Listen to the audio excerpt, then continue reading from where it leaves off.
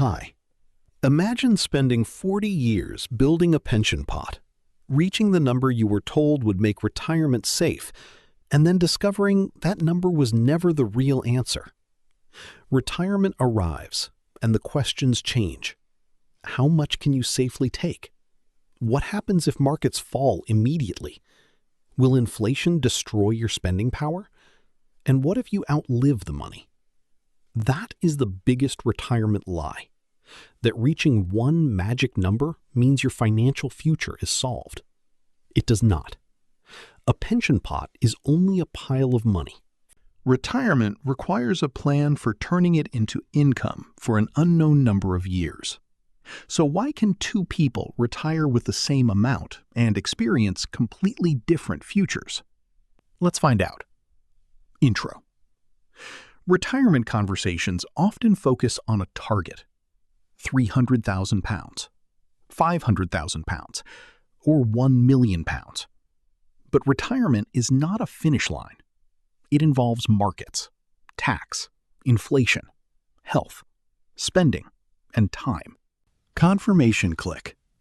By the end of this video, you will understand why a large pension pot can still fail, how early market losses can damage retirement income, and how to build a plan that adapts when life refuses to follow a spreadsheet.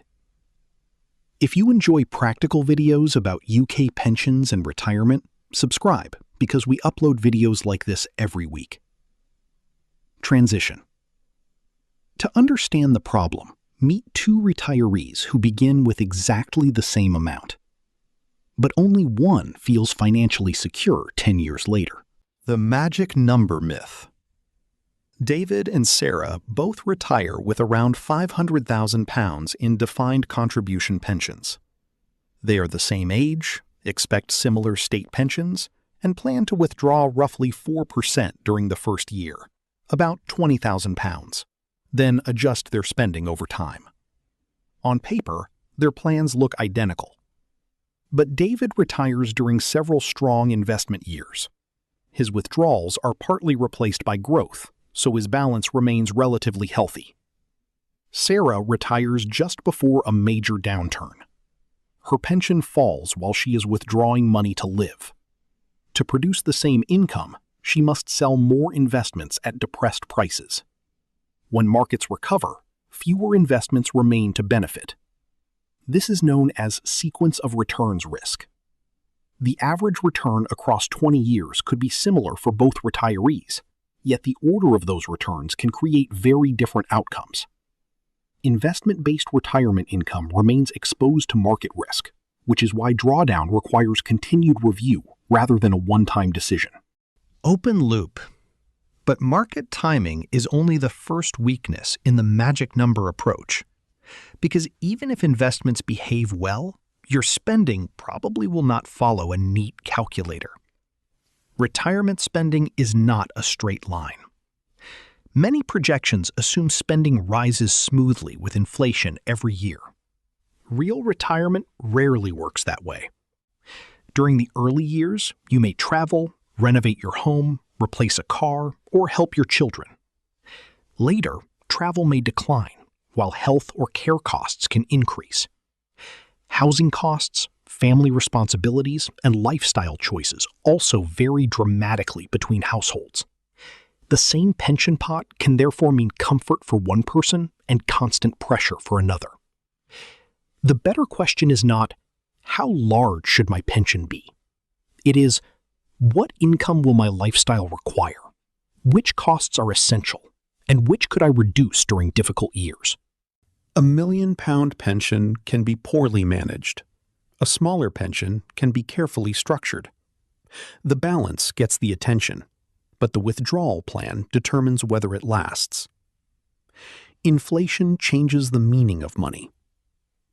A monthly income that feels comfortable at 67 may feel completely different at 87. Even moderate inflation reduces purchasing power over long periods. At around 3%, money's real value can roughly halve over about 24 years. A lifestyle costing $2,000 a month today could therefore require close to twice as much decades later, just to maintain a similar standard of living.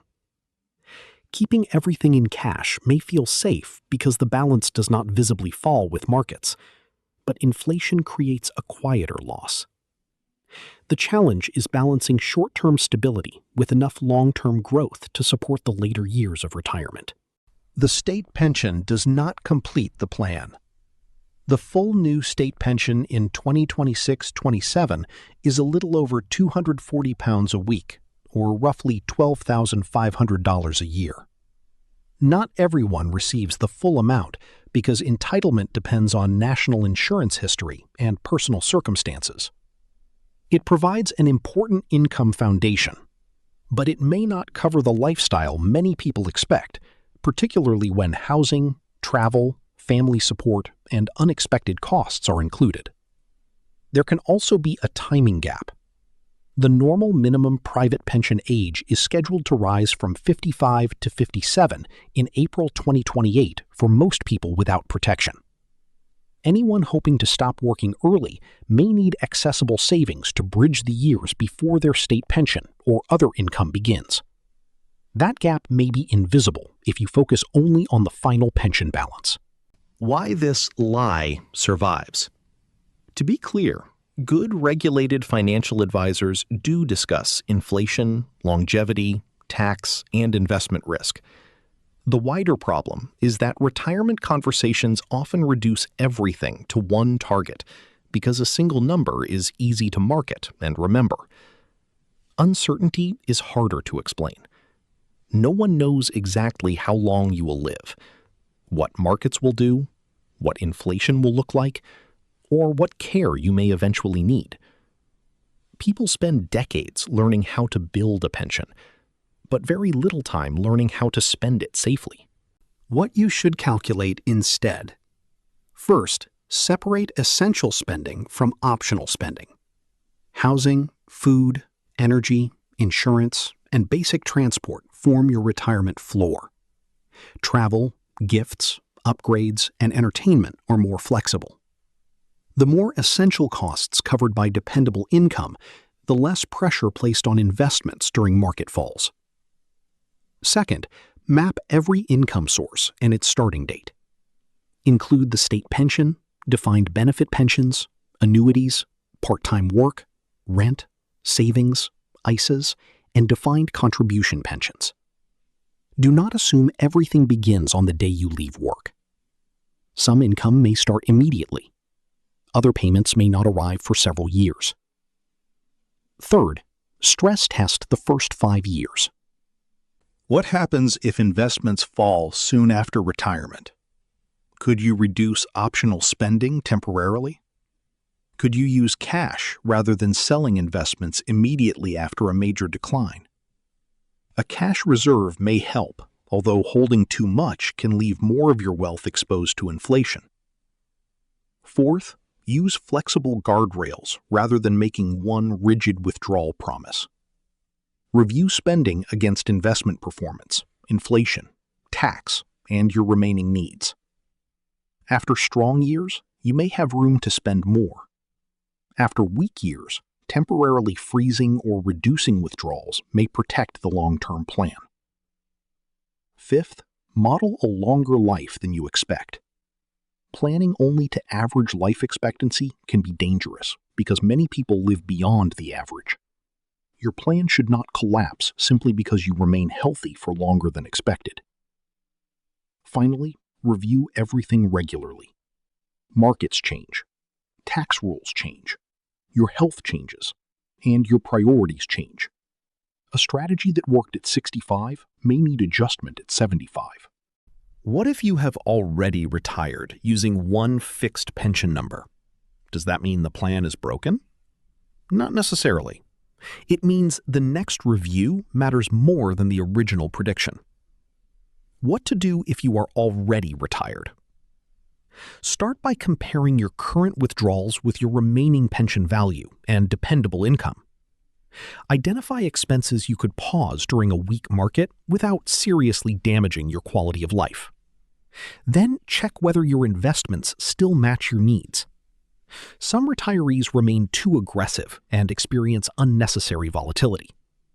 Others move almost entirely into cash and expose decades of spending to inflation. Neither extreme is automatically safe. Before making major changes, consider pension-wise guidance if you are eligible, or regulated financial advice for decisions requiring personal recommendations. The goal is not to predict the future perfectly. It is to build enough flexibility to survive several possible futures. Recap. Let's bring everything together.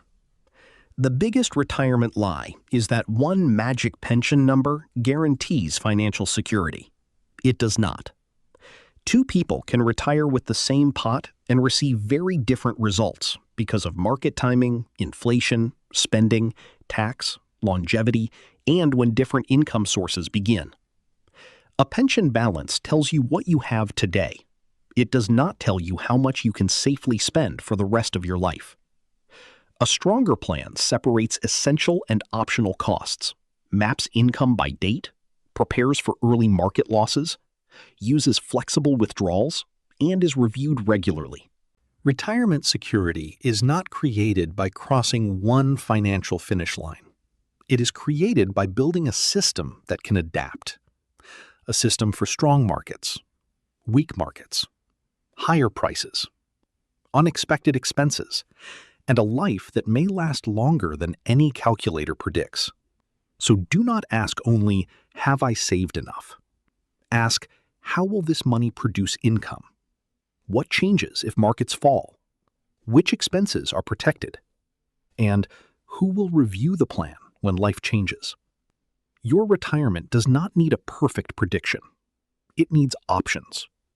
If you found this video useful, like, subscribe, and turn on notifications for more practical videos about UK pensions, retirement income, and long-term financial security. Thanks for watching, and I'll see you in the next video.